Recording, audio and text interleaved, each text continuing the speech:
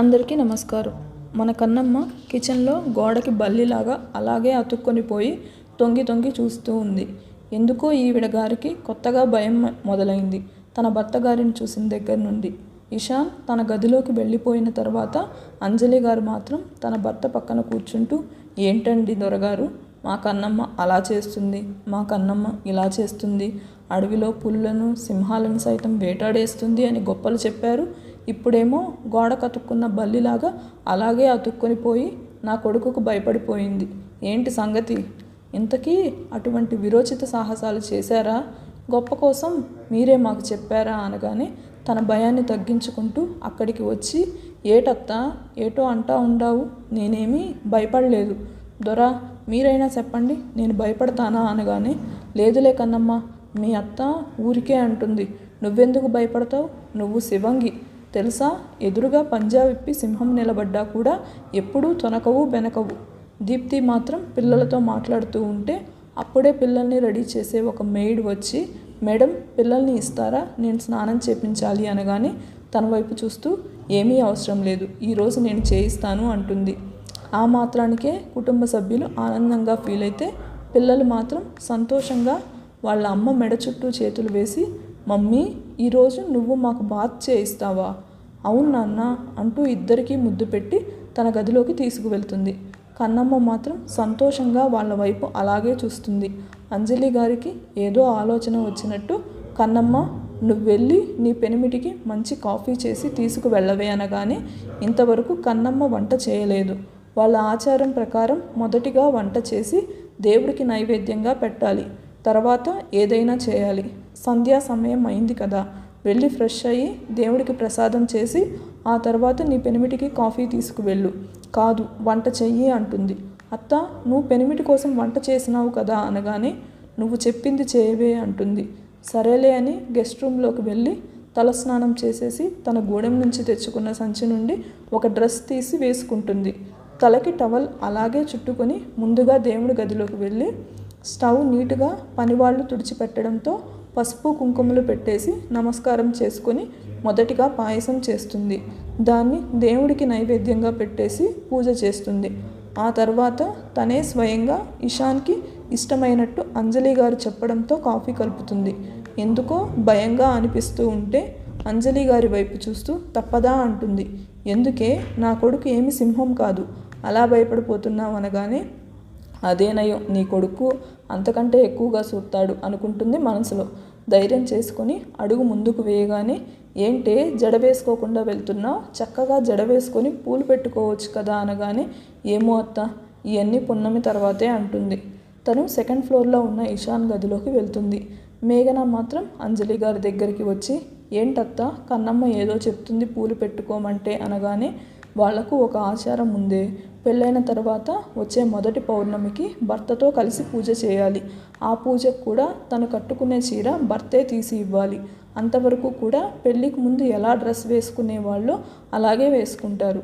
మేఘన ఒక్క క్షణం ఆగి, కన్నా తనకి శారీ తీసిస్తాడా అంటుంది పెళ్లి జరిగిన పరిస్థితులు తలుచుకొని. అత్తాకోడళ్ళ సంభాషణ వింటూ అశోక్ గారు ఏదో ఆలోచిస్తూ ఉంటే కొడుకు పక్కన కూర్చుంటూ, ఏంటి నాన్న అలా ఆలోచిస్తున్నావు అంటుంది జమున. ఏమీ లేదమ్మా, కన్నమ్మ గురించి ఆలోచిస్తున్నాను. తాను పైకి ఎంత గడసరిగా కనిపించినా లోపల అంత సున్నితమైన మనసు తంది. నాకు కన్నా గురించే భయంగా ఉంది. తనకి అసలే కోపం ఎక్కువ. కోపంలో ఏదైనా మాట జారినా, ఇంకా ఏదైనా అన్నా కూడా కన్నమ్మ దాన్ని మనసుకు తీసుకోవడమే కాకుండా ఇక్కడి నుంచి వెళ్ళిపోయినా కూడా మనం ఆశ్చర్యపోవక్కర్లేదు. అంజలి గారు కాస్త ఆశ్చర్యంగా, ఏం మాట్లాడుతున్నారండి మీరు, వెళ్ళిపోవడం ఏంటి అనగానే ఆయన చిన్న చిరునవ్వు నవ్వి, కన్నమ్మ గురించి నీకేం తెలుసు అంజు, పైకి బాగా మాట్లాడుతుంది అనుకుంటున్నావా, సెల్ఫ్ రెస్పెక్ట్ తనకి చాలా ఎక్కువ. ఎవరైనా తనని ఒక్క మాట అవమానకరంగా మాట్లాడినా అవతల ఎంత పెద్ద మనిషి అయినా సరే అస్సలు ఒప్పుకోదు. తన ఆత్మాభిమానం దెబ్బతినేలాగా ఎవరైనా ప్రవర్తించారు అసలు సహించదు. నాకు అదే భయంగా ఉంది, నీ కొడుకు ఏదైనా ఆవేశంలో మాట్లాడతారేమో.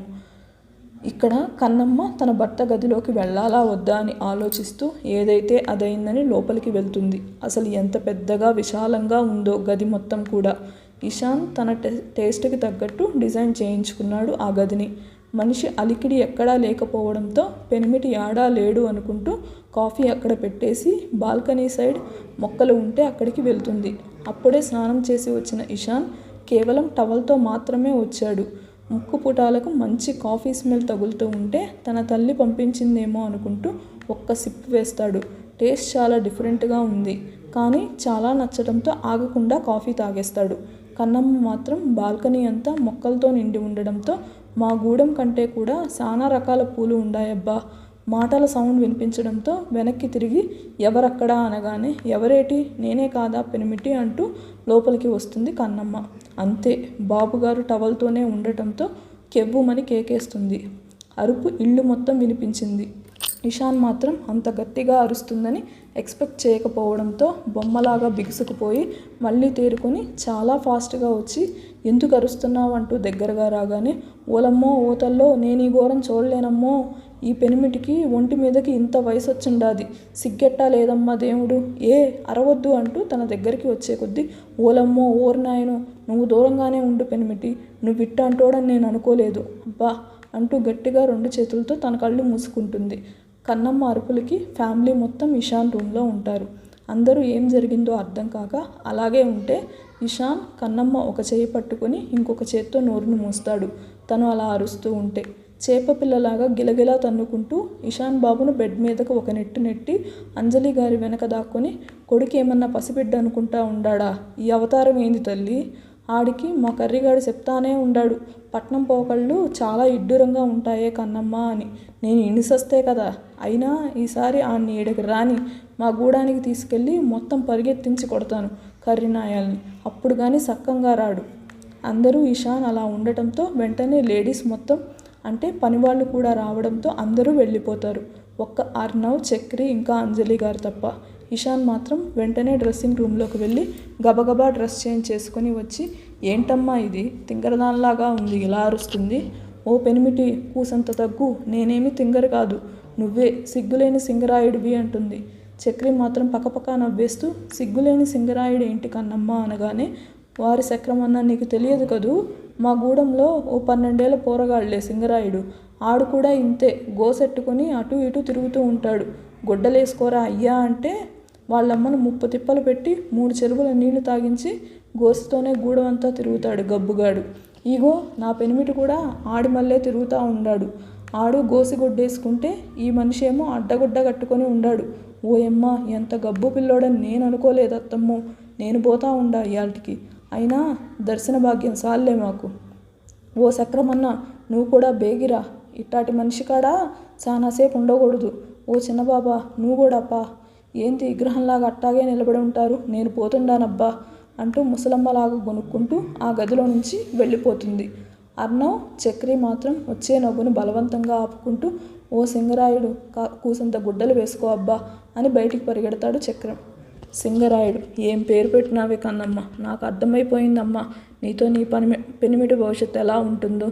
అంజలి గారి దగ్గరికి వచ్చి మమ్మీ ఏంటిది అసలు, ఆ తింగర్ది ఏం మాట్లాడుతుందో అర్థమవుతుందా, తన ఇష్టం వచ్చినట్టు మాట్లాడుతుంది, నాకు చాలా కోపం వస్తుందనగానే అర్నవ్ తమ్ముడి భుజం మీద చెయ్యేసి కన్నా నువ్వు కోప్పడొద్దు, తను చాలా ఇన్నోసెంట్, అసలు కల్మషం అంటే ఏంటో తెలియదు, నువ్వు మాత్రం చీటికి మాటికి అరవద్దు, తన మనసు కష్టపెట్టుకుంటే ఇక్కడి నుంచి వెళ్ళిపోవడానికి ఒక్క క్షణం కూడా ఆలస్యం చేయదు అంటాడు. తన అన్నయ్య వైపు కోపంగా చూస్తూ వెళ్తే వెళ్ళని ఎవడికి నష్టం, అయినా దాని గురించి నేనెందుకు తగ్గాలి, ఒట్టి అడవి బుద్ధులు, అయినా అడవిలో పెరిగితే అటువంటి బుద్ధులు రాక ఇంకెలాంటివి వస్తాయిలే అనగానే అంజలి గారు కన్నా అని గట్టిగా అరుస్తారు.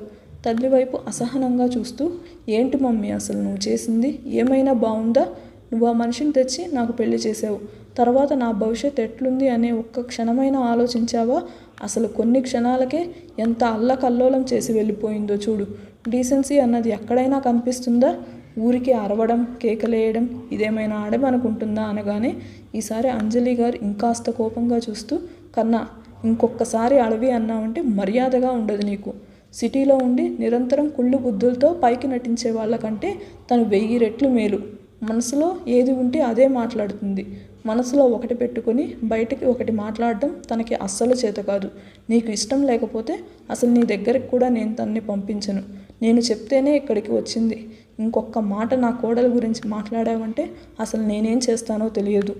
పుట్టి బుద్ధెరిగిన తర్వాత అంత గట్టిగా తల్లి ఎప్పుడూ మాట్లాడలేదు. తల్లి వైపు బాధగా చూస్తూ, చూసావా మమ్మీ, నేను కూడా ఈరోజు నీకు చాలా తక్కువగా కనిపిస్తున్నాను కదా. లేదంటే నిన్నగాక మొన్న వచ్చిన తన కోసం నన్ను ఒక్క మాట అనని నువ్వు ఇలా మాటలతో బాధ పెడుతున్నావు. అలాగే కోప్పడుతున్నావు కూడా. ఎప్పుడైనా నువ్వు నన్ను కోప్పడ్డావా అనగానే కొడుకు మొహంలో బాధ స్పష్టంగా కనిపిస్తూ ఉంటే ఆ క్షణం తల్లి మనసు కూడా చాలా బాధపడిపోయింది. వెంటనే కొడుకును దగ్గరికి తీసుకోగానే ఆవిడ భుజం మీదగా వాలిపోతాడు. అర్థం చేసుకోకన్నా, మాటి మాటికి అలా అనొద్దు. మన ఇంటికి ఎన్నో ఆశలతో వచ్చిందిరా. తను ఒక ఆడపిల్ల అన్న సంగతి మర్చిపోవద్దు. మాట కఠినంగానే ఉంటుంది, మనసు మాత్రం వెన్న. అర్ణవ్ మాత్రం, మమ్మీ ఇక ఈ టాపిక్ వదిలేయండి. ముందు పద, వాడికి ఇష్టమైన వంటలు చేసావు కదా, భోజనం సరిగ్గా కూడా తింటున్నట్లేడు. ముఖమంతా చూడు ఎలా పీక్కుపోయిందో అంటాడు. తల్లిని వదిలి అన్నయ్యని హక్ చేసుకుంటూ, నువ్వొక్కడవేరా నన్ను అర్థం చేసుకుందంటూ రాగాలు పోగానే చెవి మెలిపెడుతూ, ఇటువంటి కోతి వేషాలకేమీ తక్కువ లేదు, పద అంటూ ఇద్దరు కొడుకుల మధ్యలో నడుస్తూ కిందకి వస్తుంది అంజలి. తన భర్తని చూసి ఇంతకు ముందు అనడం అయితే అనింది, కానీ ఎందుకో గుండె చాలా వేగంగా కొట్టుకుంటుంది. తన భర్త తన దగ్గరకు రావడం, ఒక చేత్తో తన నోరు మూయడం ఏంటో కొత్తగా ఉండేసరికి ఏం మాట్లాడకుండా సైలెంట్గా ఓ పక్కన ఉండిపోతుంది కన్నమ్మ. చాలా రోజుల తర్వాత దీప్తి కూడా అందరి దగ్గర కూర్చొని పిల్లలకు భోజనం తినిపిస్తూ ఉంది. వాళ్ళు మాత్రం హ్యాపీగా తింటూ ఉన్నారు. అప్పుడే డోర్ వైపు శబ్దం వస్తే అందరూ అక్కడ చూస్తారు. ముందుకు పడబోయి నిలదొక్కుని నిలబడతాడు అదర్. అంతే, ఒక్క క్షణం అందరూ కంగారు పడిపోయి తన దగ్గరికి రాగానే తన తమ్ముళ్ళు మాత్రం చెరో వైపు పట్టుకుంటారు. కళ్ళు మూస్తూ తెరుస్తూ ఇషాన్ చెంప మీద చేయి వేసి, కన్నా వచ్చావా అంటూ ముద్దుగా పలుకుతాడు. తన అన్నయ్య పరిస్థితి చూసి బాధపడుతూ, ఏంటన్నయ్య ఇలా అయిపోయావంటూ తనని సోఫాలో కూర్చోబెట్టగానే అందరి వైపు చూడాలని ప్రయత్నం చేస్తాడు. కానీ కళ్ళు మూతలు పడుతుంటే తన వల్ల కాక మమ్మీ అని పిలవగానే అంజలి గారు కొడుకు ఎదురుగా వస్తారు. చెప్పు నాన్న అనగానే, ఈరోజు ఒక విషయం జరిగిందంటే తెలుసా? ఏంటి నాన్న అంటుంది. అప్పటికే ఆవిడకి చాలా బాధగా ఉంది. ఎందుకంటే దీప్తి చాలా రోజుల తర్వాత తన పిల్లలకి కాస్త తిండి పెడుతూ ఉంది సంతోషంగా. కానీ అదర్ అలా రావడంతో విరక్తిగా నవ్వుకొని అక్కడి నుంచి వెళ్ళిపోయింది తను పైకి. పిల్లలు కూడా తన తండ్రి అలా రావడంతో భయపడిపోయి గార్డెన్లోకి పరిగెత్తుకుంటూ వెళ్ళిపోయారు. కన్నమ్మ మాత్రం చాలా బాధగా జరిగే పరిస్థితిని చూస్తూ ఉంది. డాడీ అని పిలవగానే వీల్ చైర్తో తన ఎదురుగా వచ్చి, చెప్పు నాన్న అంటారు ఆయన కూడా బాధగా. మీకు తెలుసా, ఈ లూజర్ కడుపున పుట్టినా కూడా నా పిల్లలు చాలా తెలివైన వాళ్ళు ఈరోజు ఏదో కాంపిటీషన్లో గెలిచారు అంటున్నాన్న. అందరూ దేని గురించి మాట్లాడుతున్నారో అర్థం చేసుకోవడానికి ప్రయత్నం చేస్తూ ఉన్నారు. చక్రి మాత్రం అంజలి గారి దగ్గరికి వచ్చి, క్షమించండి ఆంటీ, ఇలా అయినా బావ త్వరగా ఇంటికి వస్తాడు, పిల్లలతో టైం స్పెండ్ చేస్తాడని విషయం నేనే ఫోన్ చేసి చెప్పాను. కానీ ఇలా వచ్చి అక్కను బాధపెట్టి పిల్లల్ని భయపెడతాడు అనుకోలేదు అంటాడు చాలా బాధపడుతూ. అందుకు అంజలి గారు విరక్తిగా నవ్వుతూ, నువ్వేం చేస్తావు నాన్న, కుటుంబం బాగుండాలనే కదా నువ్వు కూడా ప్రయత్నం చేసావు. కానీ అంతటి అదృష్టం మనకి ఉందని నేను అనుకోవట్లేదు.